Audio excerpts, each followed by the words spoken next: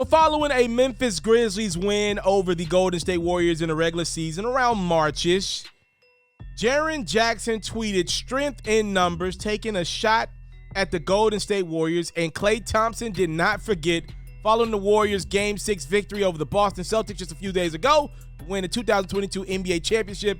It was Klay Thompson who responded by saying this: "There's this one player on the Grizzlies who tweeted strength in numbers after they beat us in the regular season.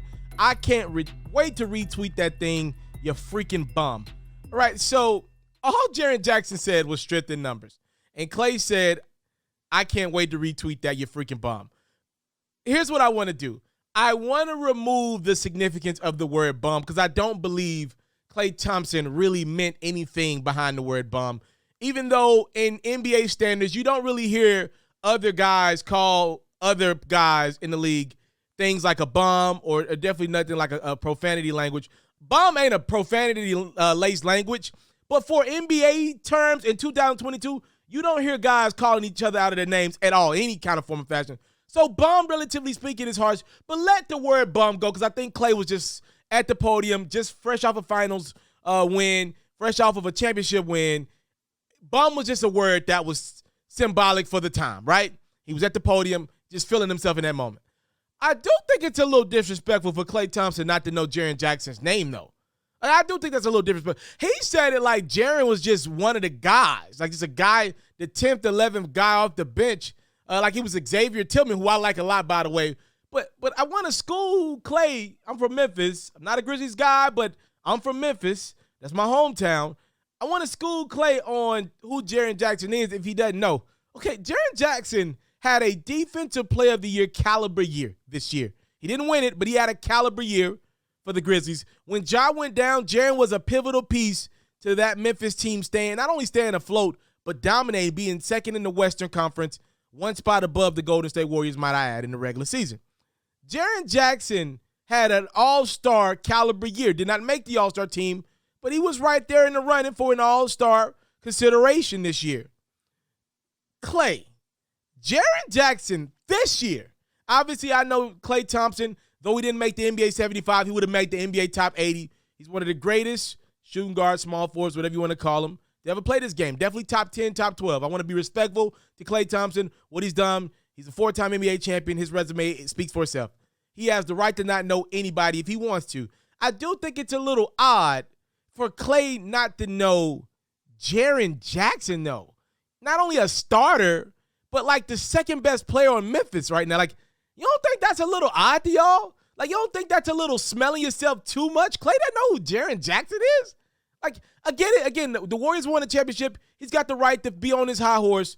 But Jaren Jackson was better for the Memphis Grizzlies this year than Klay was for the Golden State Warriors. That's a real thing. I'm not just making that out of the blue. I think most savvy NBA fans would agree with me, right? Like, Jaren had a better season than Klay. Oftentimes, Klay didn't have to finish games because Jordan Poole was a bigger spark. In the NBA Finals, as a matter of fact, as Klay was putting up 5 for 20 nights, he had a couple good games that mixed in there, but for the most part, he struggled as Steph carried that team. Like, Klay, you're not the player of old. You are not good. I'm happy you came back off of those 2 serious injuries. Not only came back, but in your first year back was able to win a championship. That's fantastic. But dang, excuse me for expecting other NBA players to know all other all-star caliber players in the league. That man called him a freaking bum, whoever he is. Like, come on now, Klay. You don't know who Jaren Jackson. That just speaks to what the Warriors think of themselves versus everybody else. I mean, this is a very arrogant, cocky, but successful franchise. They got every right to be hell. They just won another championship. But man, Klay doesn't know who Jaren Jackson. Y'all don't think that's a little odd to y'all that Klay doesn't know a top 50, 60 player in the league currently? Like, Jaren Jackson's a top 50, top 60 player in the league. I would have to go through and do the numbers. Probably a little higher than that. Maybe top 40. You don't know who Jaren Jackson is?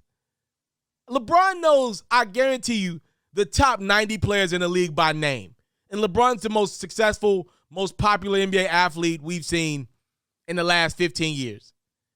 I don't know. That's odd to me. I'll tell you this as a fan. I can't wait to watch the Memphis Grizzlies Golden State Warriors play. Matter of fact, next season I'll be in my hometown of Memphis to see one of those games firsthand on one of the top 3-4 rows. Your boy will be there next year to watch that one personally. It seems like a rivalry is brewing. The Grizzlies are going to have to take the Warriors down in the playoffs to solidify that rivalry. I know they beat them in the play-in last year, but the Warriors were full strength this year. And because Ja went down, maybe you want to allude to that, because Memphis was young, whatever, maybe because the Warriors just were better than Memphis was this year, the Grizzlies didn't do it when it counted the most in the playoffs. And you got the Warriors thinking very highly of themselves because the Grizzlies couldn't take care of the job that was at hand, the task at hand. And it's to the point where Klay doesn't even know who the second best player is on the Memphis Grizzlies. Wow, man. Let me know what y'all think about that one in the comment section below. I'm out.